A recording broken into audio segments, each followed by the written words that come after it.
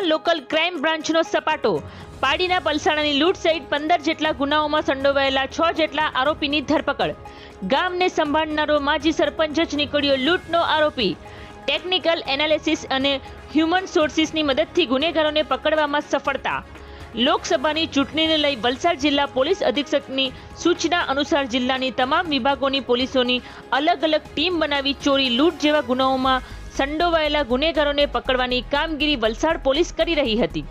આ દરમિયાન technical analysis, human sources, આજુબાજુના સીસીટીવી ટાવર ડમ્પ એકત્ર કરી એનાલિસિસ કરી તપાસ દરમિયાન વલસાડ લોકલ ક્રાઇમ બ્રાન્ચની ટીમને મોટી સફળતા મળી હતી।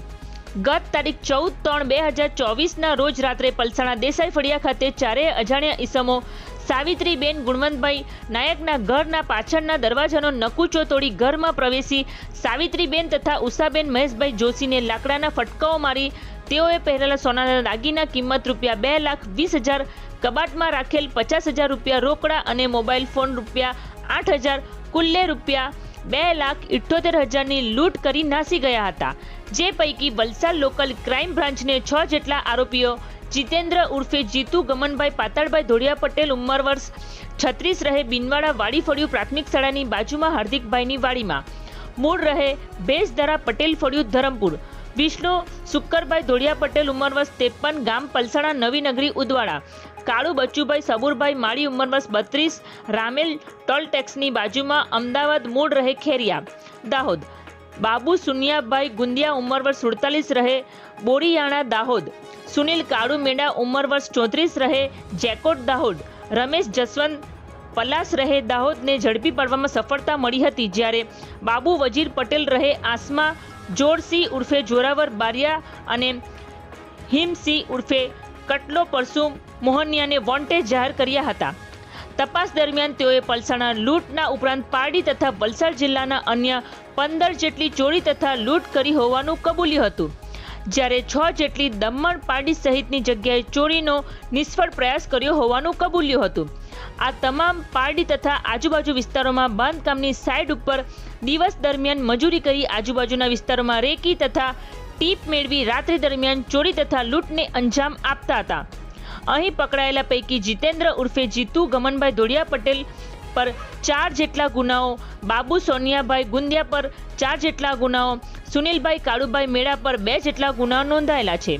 પલસાણા ખાતે થયેલ લૂંટમાં પલસાણાના જ માજી સરપંચ વિષ્ણુ સુક્કર ધોળિયા પટેલે જીતેન્દ્ર તથા બાબુને જમીન વેચાઈ હોય, ઘરમાં પૈસા હોવાની ટીપ આપતા અહીં પકડાયેલા 6 જેટલા આરોપીએ દાહોદથી લૂંટને અંજામ આપવા બોલાવી બાબુ પટેલની અર્ટિકા ગાડીમાં આવી લૂંટનો અંજામ આપ્યો હતો।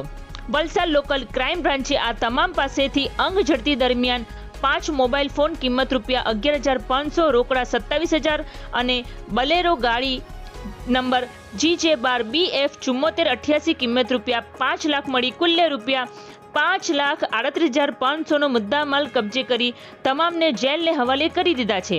આમ વલસાડ જિલ્લા પોલીસ અધિક્ષક દ્વારા બનાવવામાં આવેલ દરેક વિભાગોની પોલીસ ટીમોના સંયુક્ત ઓપરેશન પૈકી લોકલ ક્રાઇમ બ્રાન્ચને મોટી સફળતા પ્રાપ્ત થઈ છે। વલસાડ જિલ્લાના પારડી જે પોલીસ સ્ટેશન છે એનું જે પલસાણા ગામ છે એની સીમમાં એક દાદીમાં જે સિનિયર સિટીઝન એકલા રહે છે, એમના ઘરમાં 14મી માર્ચ 2024ના રોજ એક લૂંટનો બનાવ બન્યો હતો। 5થી વધુ અજાણ્યા ઈસમોએ દાદીમાને બંધક બનાવીને ઘરમાં ₹3,78,000 સોના ચાંદીના દાગીના અને કેશની લૂંટ ચલાવેલી હતી। છેલ્લા 1 મહિનાથી ક્રાઇમ બ્રાન્ચ પીઆઈ ઉત્સવ બારોટ અને એની ટીમ આ ડિટેક્શન પાછળ લાગેલી હતી। તાજેતરમાં જે ડુંગરામાં જે ધાડનો ગુનો દાખલ થયો અને એનું ડિટેક્શન થયું, એમાં જે અમને અમુક જે હ્યુમન ઇન્ટેલિજન્સ આધારે જે ટીપ મળી હતી અને એની સાથે સાથે જે અમારું ટેકનિકલ વર્કઆઉટ ચાલુ હતું, એના કારણે આજે પારડીમાં જે લૂંટ થઈ હતી એ ડિટેક્ટ કરવામાં ખૂબ મોટી સફળતા અમારી ક્રાઇમ બ્રાન્ચની ટીમને મળેલી છે। સમગ્ર જે ગુનાને જે શરૂઆત છે એ વિષ્ણુ ધોળિયા પટેલ નામનો પારડીનો એક માણસ છે, જે ભૂતકાળમાં સરપંચ પણ રહી ચૂકેલો છે। એની દુકાન ઉપર એને જે ટીપ મળી હતી કે આ દાદીમાં છે, એમણે તાજેતરમાં કોઈ જમીન વેચી છે એટલે એમને પૈસા મળ્યા છે, એ ટીપ એણે બાબુ વજીર પટેલ, જે આપણા ડુંગરાના ધાડના ગુનામાં પણ ટીપ આપનારો અને રેકી કરવામાં સામેલ હતો અને જેણે પોતે એ દાહોદની ગેંગ છે એને બોલાવીને અર્ટિગા ગાડીમાં લૂંટ કરવા માટે ધાડ પાડવા માટે ઉતારી ગયો હતો ડુંગરામાં. એ જ બાબુ વજીર પટેલને આ વિષ્ણુ પટેલે ટીપ આપી હતી. બાબુ વજીર પટેલે આ ટીપની વાત જીતુ પટેલને કરી હતી. આ બંને જણા ત્યાં પારડી વિસ્તારના જ રહેવાસી છે, ધરમપુર અને પારડી વિસ્તારના રહેવાસી છે. અને બાબુ વજીર પટેલ અને જીતેન્દ્ર પટેલે દાહોદથી જે રીતે એમણે ડુંગરામાં ધાડમાં દાહોદથી આરોપીઓ બોલાવ્યા હતા એ રીતે દાહોદની એક આખી ગેંગ બોલાવેલી હતી.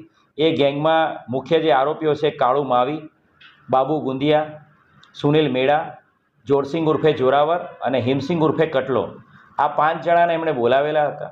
જીતુ જે છે એ એક વાડીએ ભાડેથી રહે છે. એ વાડી પર આ લોકોને રાખવામાં આવ્યા હતા. 2 દિવસ આ લોકો સાથે એ જે દાદીમાનું ઘર છે તે રેગી કરવામાં આવી હતી.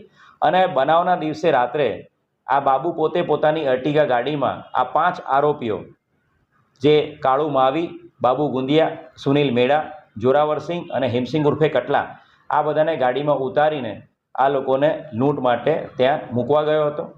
આ 5 આરોપીઓમાંથી 3 આરોપી કાળુ, બાબુ અને સુનિલ એને પકડી પાડવામાં ક્રાઇમ બ્રાન્ચને મોટી સફળતા મળી છે. આ ઉપરાંત જે ટીપ આપનારો વિષ્ણુ ધોડિયા પટેલ અને જીતુ પટેલ પણ ક્રાઇમ બ્રાન્ચના સકંજામાં છે. આની સાથે સાથે આ લોકોની ગેંગમાં અન્ય એક સામેલ વ્યક્તિ રમેશ પલાસ, જે આ લૂંટમાં સામેલ નહોતો પરંતુ અન્ય પોલીસ વિસ્તારમાં અન્ય થયેલી ઘરફોડમાં સામેલ છે રમેશ પલાસ.